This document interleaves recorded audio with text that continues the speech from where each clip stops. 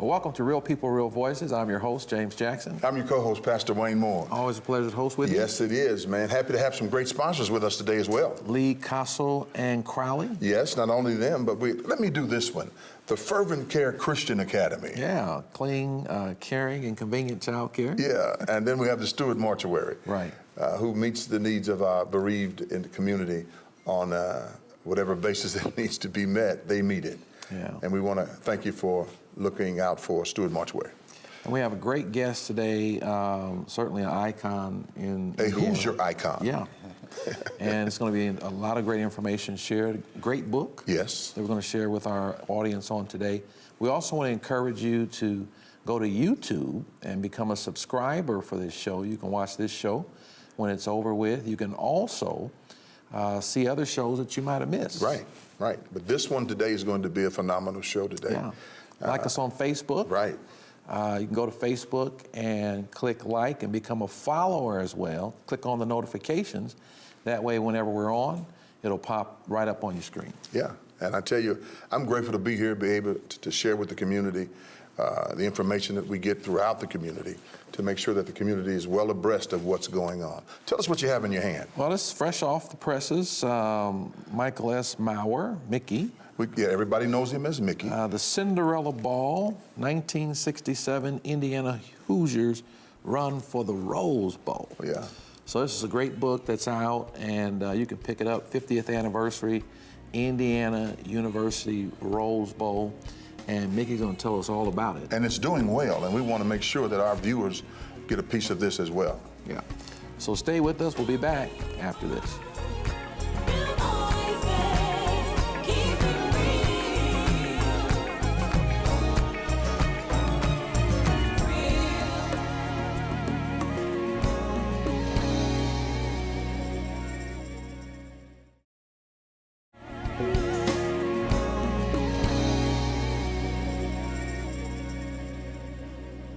Welcome back to Real People, Real Voices. I'm your host, James Jackson. Co-host, Pastor Wayne Moore. And we're going to get right into it.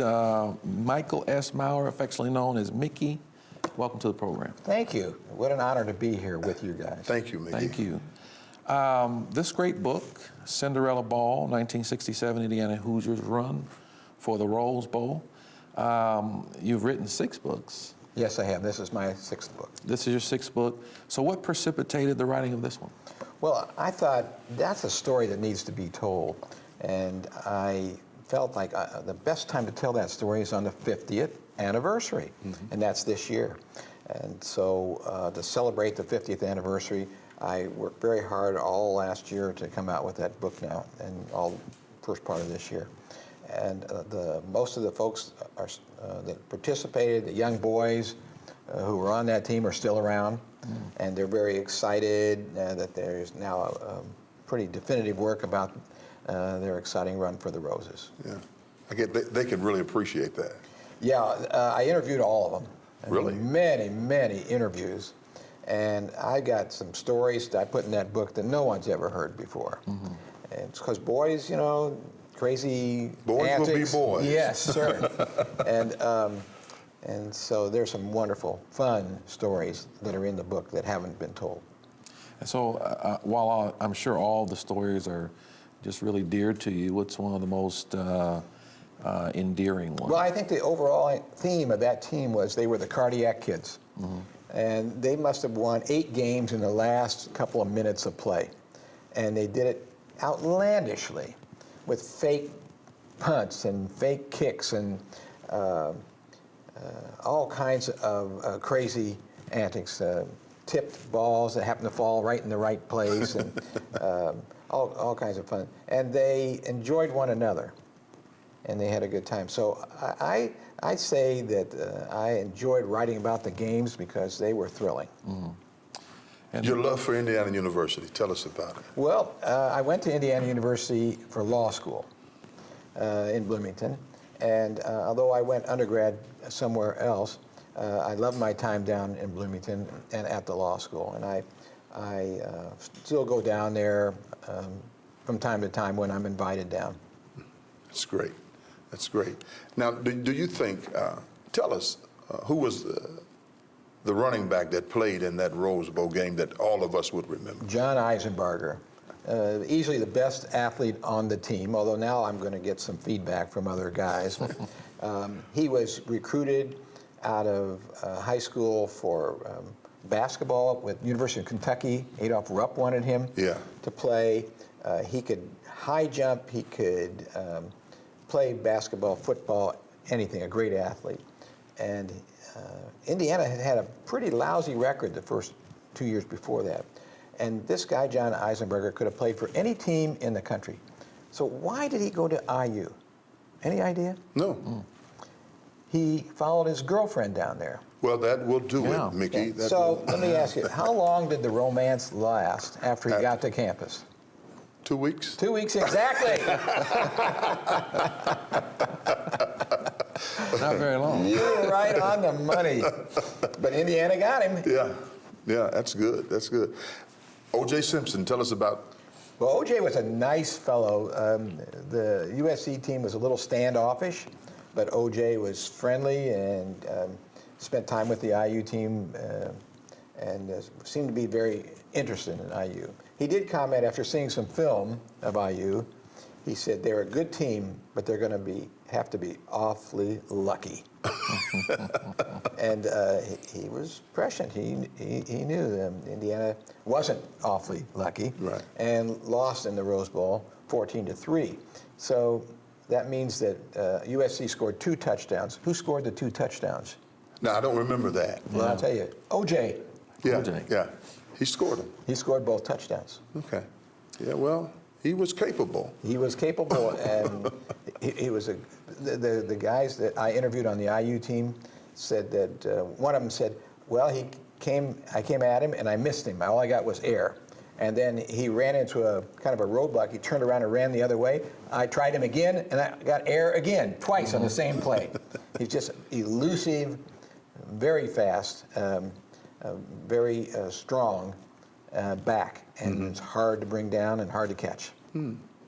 So the book's been out just a few weeks. Yeah, about 5 or 6 weeks. And is doing well. Yeah, we're just shipping them out daily, lots of them.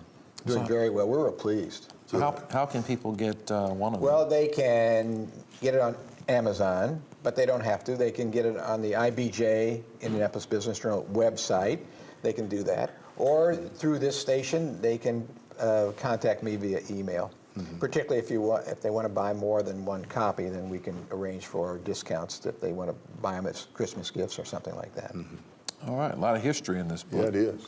Yeah, and I think you don't have to be a football fan to enjoy this book. So you mentioned the Indianapolis Business Journal, and you're chairman of the board for the National Bank of Indianapolis. Talk to us about those responsibilities a little bit. Well, I enjoy, as you do, journalism. You're in journalism in a sense with this great TV station. Thank you. And I enjoy it too. And so we've owned the Business Journal for almost 30 years, I would guess. And we gather and analyze news, and we've been doing the best we can for all that time. We win awards, national awards, and we're very pleased to do that. I like working with the folks at the IBJ. They're bright and curious bunch, and have a lot of pride in what we do. So Gives good information out to this community as well. Are you an avid reader of the IBJ? I read it, but not avidly. Oh, well, then we've got to kind of jump that up a little Yes, bit sir. for you. Yes, sir. Yes, sir. And the bank has been around for over 20 years, and it's now the largest locally owned and operated bank in central Indiana. And it's, I think, the 10th biggest bank in the state right now. So it's doing pretty well, too. Do you have any future Does your books? church bank with the National Bank of Indianapolis? Not yet. But you know, we are in the midst of refinancing. Okay. I'd like to give you a call. We'd be pleased to talk to you.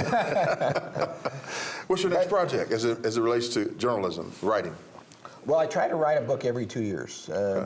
It's a hobby. You can't make a fortune writing books unless you're a celebrity. Like if you're Hillary Clinton and you write your book that's going to sell. Mickey, come on now. Well, I'd rather not be Hillary Clinton. I know you wouldn't, but you are a celebrity to the Hoosiers, so don't play that down. Well, okay. You mean a lot to the city of Well, Indianapolis. that's nice of you to say. But it's a lot of fun. At my age, you need to have hobbies, retirement skills. I'm not retired, but one day maybe in the next decade or so I might. And it's good to develop these skills. I try to get a book out every 2 years. Wow, that's quite a discipline. Yeah, that's Yeah, good. I enjoy it.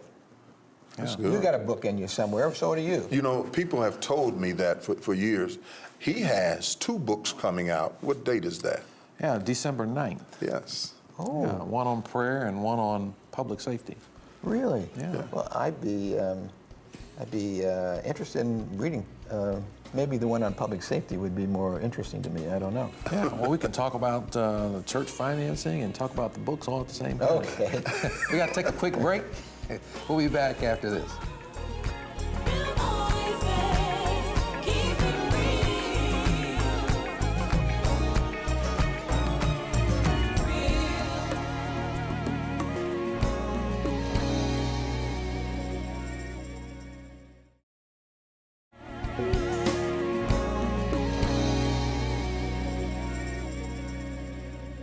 Welcome back to Real People, Real Voices. I'm James Jackson. And I'm Pastor Wayne Moore. And we have a very esteemed guest. Mickey Maurer is with us. You compliment me, and I appreciate that. You're welcome. I'm not sure it's earned. Well, by the looks of it, you've done a lot to help a whole lot of people. Well, I'm old. I have plenty of time to do that. And one of the ways that you've been able to do that is the Mickey's Corner. So talk to us about Mickey's Corner. Well, Mickey's Corner was kind of like your program, and I'm already learning from you guys now. But I've done about 14 programs where I interview a guest, and it's been on they've been on two different TV stations, but mainly Fox 59. Mm-hmm. And I included among my guests Bob Knight, Right. which was a kick. We can talk all day about that. And Crystal DeHaan, a very wonderful guest. Will Shorts, the crossword puzzle editor of the New York Times, was my guest, and Senator Lugar, and of course Mitch Daniels, who was governor. Yes. So I've had a lot of fun on my program. It's great. Outstanding. Tell us about the camp. Mickey's Camp. You know, I was out to dinner with my wife one night, and you've probably done this before, where the women go in one room and the men go in another. So we went in another room to play some pool, and I was terrible at it. So I went home and I made a list of things I was not very good at. You know, my wife came in and added a couple things to that list. And then I started this camp, and I recruited experts and professionals to come and teach those skills. And we made it a fundraiser. So we raised over $3 million for charity at Mickey's Camp. Really? People come, they learn these adult skills, like how to play billiards from the Black Widow, and how to cook from somebody on Top Chef, maybe.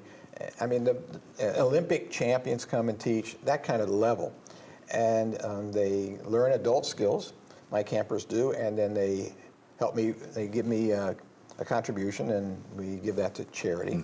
And they meet lots and lots of folks. It's good networking. Right, right. And so I would recommend it to you. We've done it 17 years in a row. Wow. It's still well attended, and I look forward, every summer I look forward to doing that. That's great. Out of the 17 years, the resources that have been, do you know the amount of dollars that have been raised to reach charity? Hundreds of charities have benefited, literally hundreds of charities. That's What great. we do is we pick 4 main charities every year from each the men's and the women's camp. And those charities are chosen from a list that are suggested by our campers. So in reality, I don't choose a single charity. So you give me $1,500, about $500 it takes to run the camp. About $1,000 goes to charity. Half of that you give to any charity you want. You can give to your church, if you like. You can give to Channel 40. Anything you want. The other half you allocate how you want among the 4 charities that we choose. That's great. Again, I don't choose a single charity. I just help raise the money. Campers love this, because if you're a charitable individual, and most Hoosiers are, camp doesn't really cost you that much because you're making charitable gifts to charities that you would probably want to make anyway. So come, have a good time, learn some adult skills. We had drones this year and sausage making and fencing, I mean, all kinds of stuff, horseshoes. But we've had all kinds of things that we have over the years. Meet a lot of people, make some important contacts, enjoy yourself. That's what we do at Mickey's Camp. And how can people connect to that? All you got to do is let us know, and we'll send you a camp brochure. And how you let us know, you can, through this television station, drop a note or an email or a call, and they'll get in touch with me, and I'll send you a camp brochure. It's first come, first served. It's Right. not invitation. We have separate camps for men and women, and we do that because the women I surveyed at my camp said they didn't want a man within 50 miles of them when they were at camp. So we had to keep it separate. Okay. What is number of men, number of women in each camp? 125. That's our max. And when we reach 125, we just say, I'm sorry, you're too late. First come, first served. And come back next year. Try it next year. All right, outstanding. And you climb Mount Kilimanjaro. Yeah, I I want to hear did. this. I did, but I did it. I was a younger man, Pastor. I wouldn't attempt that at this age. Mountain climbing is not a sport for the old people.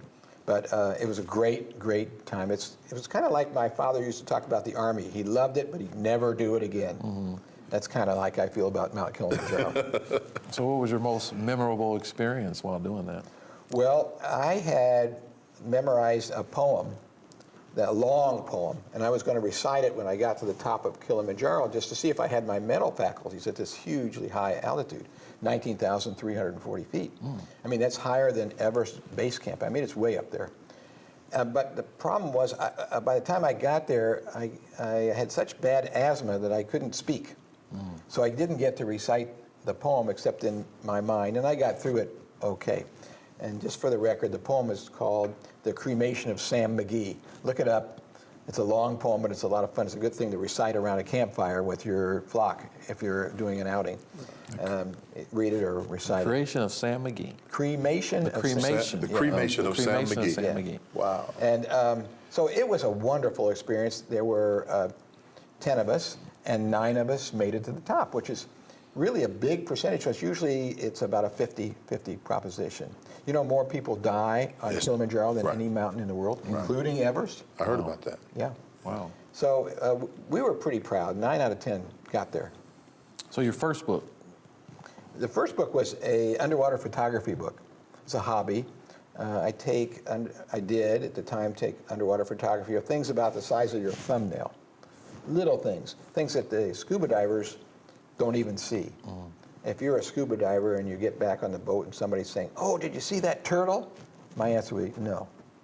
I concentrate on things that you can't see. Minute. Minute, and that's the word for it. I mean, a couple of things that you can't see with the naked eye. I have a lot of equipment on my phone on my camera that enlarges things, and so those images were in the book, and that was my very first book. Wow. I figured I'm not a very good writer, so why not make my first book a picture book? Anybody can do a picture everybody book. likes pictures. But 6 books. Yes, First book was a photography book. right. What would be your best work, what you consider your best work, that touches you in a way that is undescribable to some? I would say it's my biography books.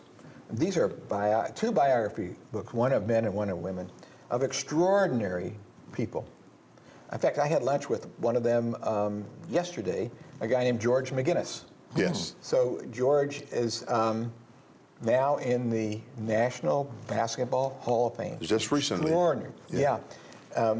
But my books, not only are you a great someone who accomplished a lot, but you're a great person as well. And George fit that description, so, and a good role model, so he made my book. So I'd say I'm thrilled to set forth in my 2 biography books folks that our kids can relate to and want to emulate, George being one. Yeah. Phenomenal player. Grew up watching the George McGinnis era. I'm a part of that era. Yeah. Yeah, so I know very much about the George McGinnis. Watched him in Dust Bowls as a kid. Watched him at Washington High School. Yes. Watched him play. You know your stuff. Yeah. You're a big guy. You probably played some ball yourself. I did growing up. play basketball. I played for Addicts. Oh, did you? Yeah, I sure did. But I don't remember you on the Oscar Robertson team. No, I wasn't on Oscar Robertson. Now, there's two great players that have come through Addicts, Oscar Robertson and myself. Well, Bailey Robertson might take issue He with was that. better than Oscar. He's a good player. Yeah. Yeah, so the book is full. Actually, it's called 19 Stars because there's 19 stars on our Indiana flag. Indiana was the 19th state. Right. And so I have 19 men in one book and 19 women in the other. Not all jocks. I mean, all kinds of people who are good role models, doctors, lawyers, and all kinds of people from Indianapolis and around the state. And they're in all the school libraries. The women's book sold out, so I can't find any more of those. And there's just, out of thousands that we printed, maybe there's 10 or 12 of the men's book. So that's pretty much finished. But you can get them at the library. And really, that's the high point, creating opportunities for our kids to interact with role models. Thank you so much. Outstanding.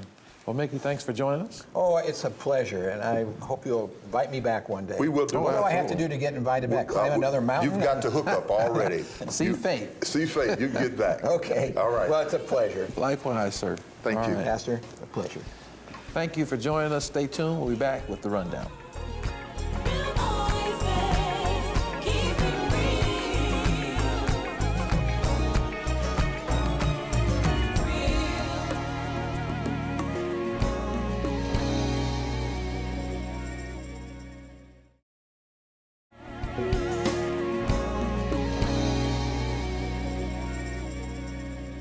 Well, welcome back to the rundown. I'm James Jackson, your host. Pastor Wayne Moore, the co-host. And I'm Faith McKinney, your executive producer.